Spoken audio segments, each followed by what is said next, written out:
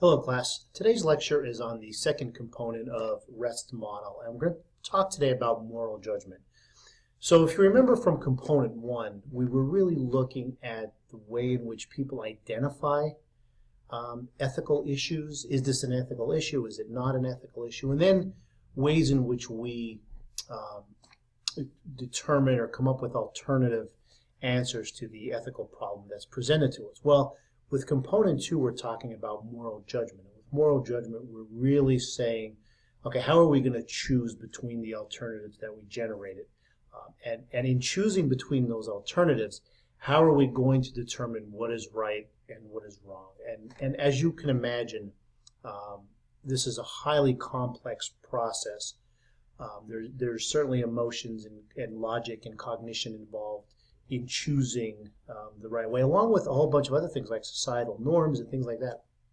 So this has by far been the most studied component of James's model. As a matter of fact, as the book says, there's far too much to even cover within a single class. So we're going to look at just really 3 distinct areas of the moral judgment, and that's going to be cognitive moral development. So where are we in terms of our moral development as individuals?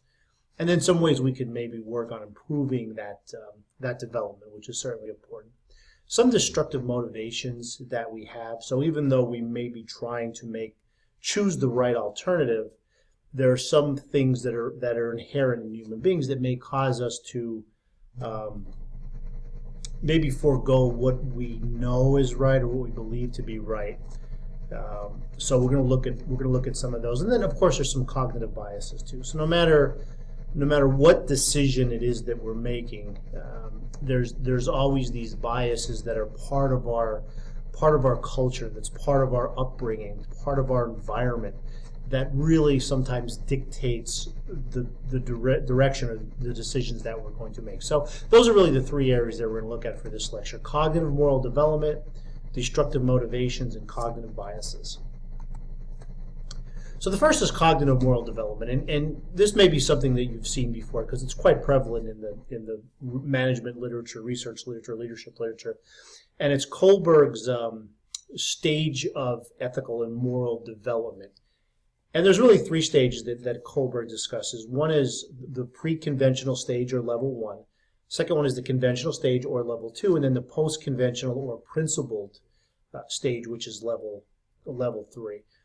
And the way I look at these stages, and the way sometimes they've been described as, in very simple terms. So the pre-conventional level is almost childlike in the way that ethical decisions are being made, and you certainly consider yourself first. Consider the consequences to you in the alternatives that you're making or the decisions you're making.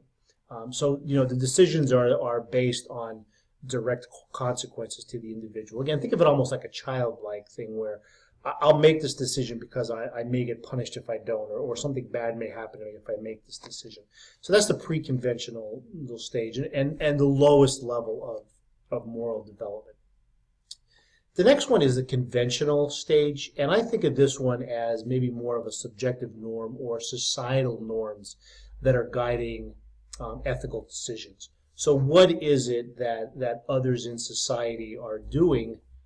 What would be a normative type decision to make, or a normal decision that would be generally accepted within society? And I'll go ahead and make that decision.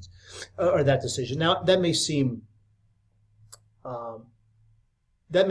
like a very logical approach, but there are some decisions, there are some things that are norm in society, or that people go along with, that aren't necessarily of the highest moral value. That's where the last stage, post-conventional or principled level 3, comes in, and it's reason based on universal ethical principles, and it really is the stage where you have established the highest set of moral values, and as such, your decisions are based upon those moral values that you set for yourself. So they are universally accepted. You're not going off on some tangent where everybody's going, whoa, what's that crazy decision? So they're universally accepted, but it's somebody who has developed the highest moral, ethical standards and compass, moral compass, if you will. And regardless of the decision, they will make the right decision, even if it means that there's personal consequences to making that decision. So it may lead to a reprimand. It may lead to somebody maybe even getting fired, but they know it is the right thing to do. So they make those types of decisions.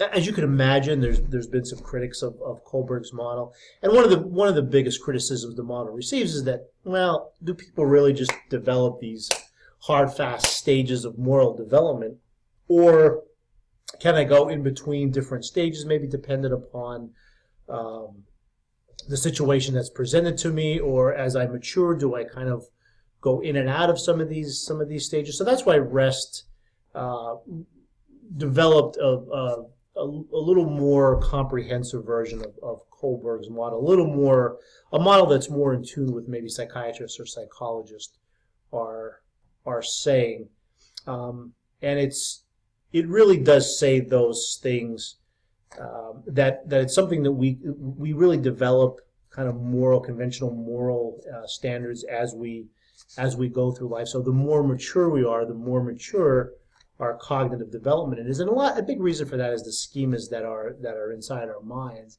And by schemas we mean just cognitive structures that help us adapt to new situations based on things that we've had in the past. So we may have a schema for something in our head. It's associated with it's in conjunction with the law of associative memory, that there are things that we experience in life, and those things help us experience new things, because we can fall back on those old experiences and say, oh, I've experienced something like this before.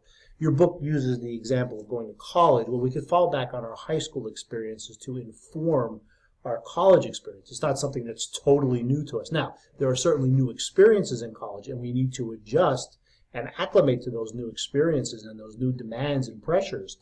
But we can always fall back on high school and say, oh, I remember doing the reading. I remember the quizzes. I remember the things that were going on, the lectures. So it's not a completely new experience to me. So as we go through life, these schemas that we have, mental schemes, develop, mature, and we certainly have more of them. So we're able to better mature ethically and morally. So what are some of these destructive motivations that we talked about? And I think the book uses the example of Bill Clinton when he was in office.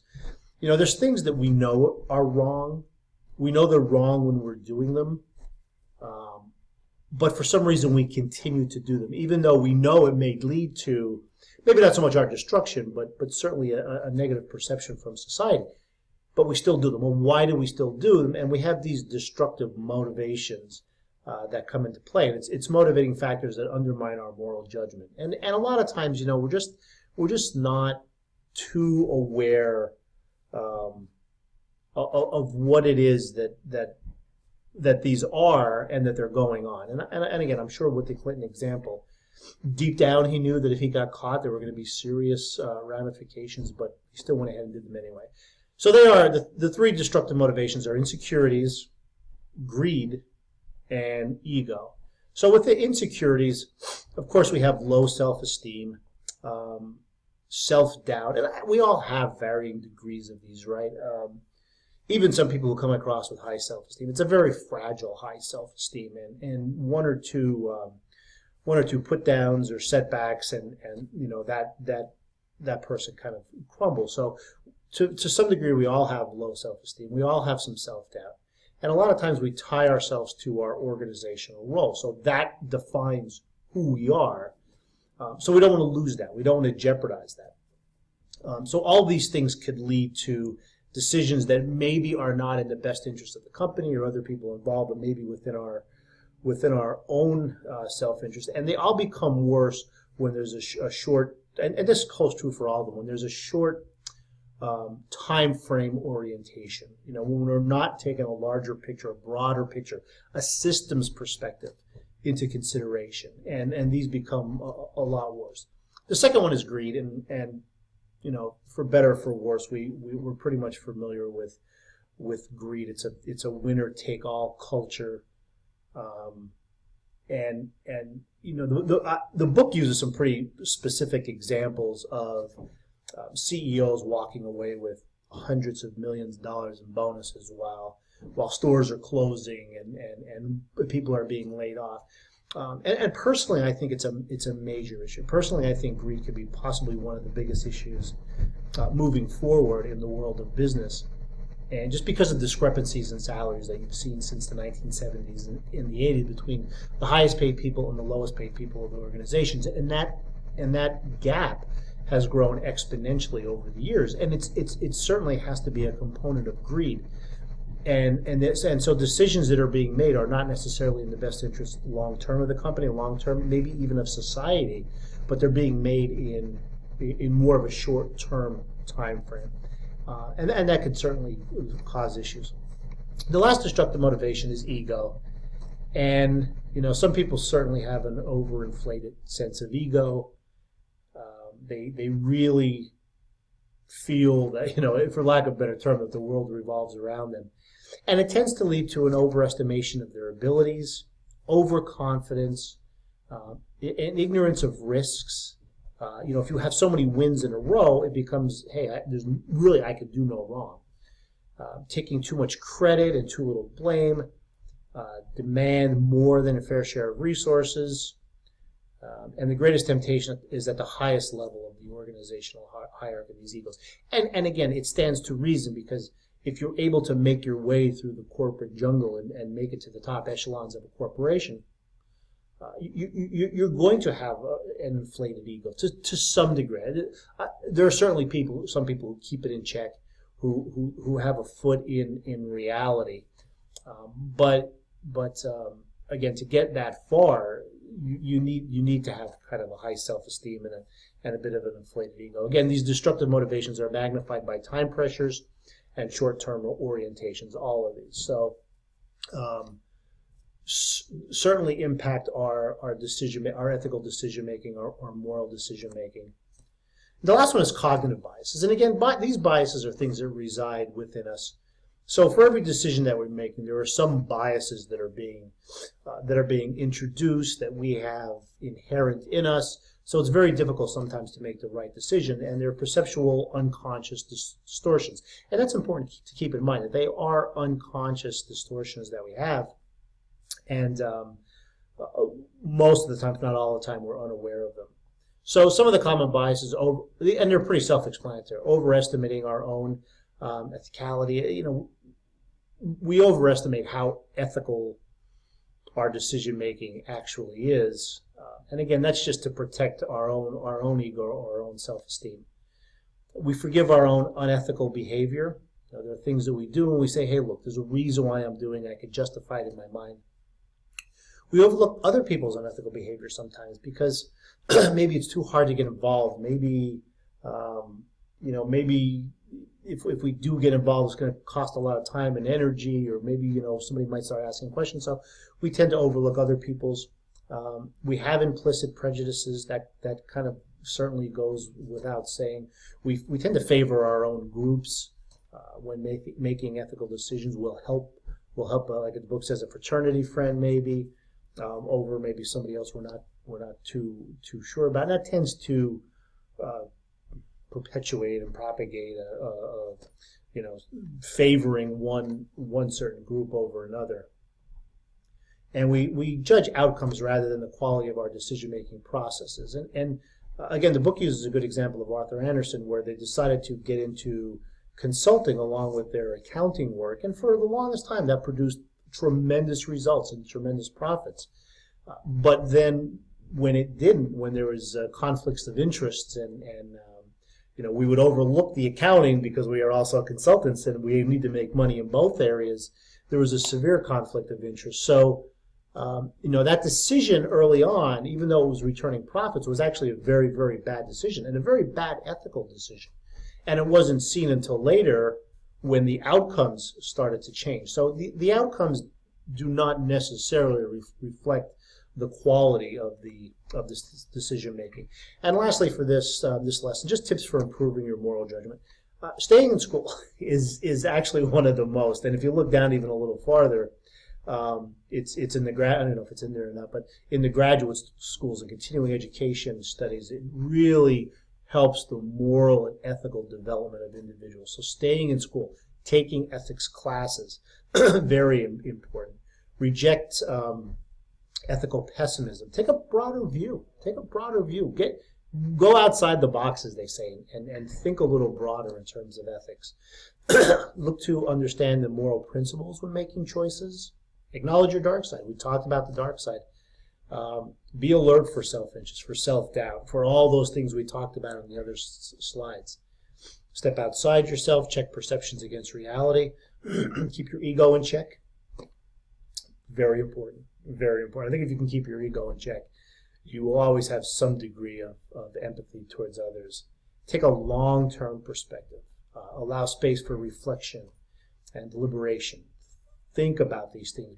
Don't make snap judgments. Don't make snap short-term judgments. And apply rational remedies to overcome your cognitive biases. Again, we all have cognitive biases. We need to apply logic and rational thinking to overcome those. So that's the second component of REST's model.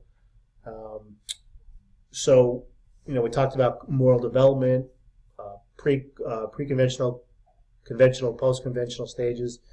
We talked about the destructive motivations, which are insecurities, greed, and ego, and then some of the cognitive biases that we have and ways to improve your moral judgment.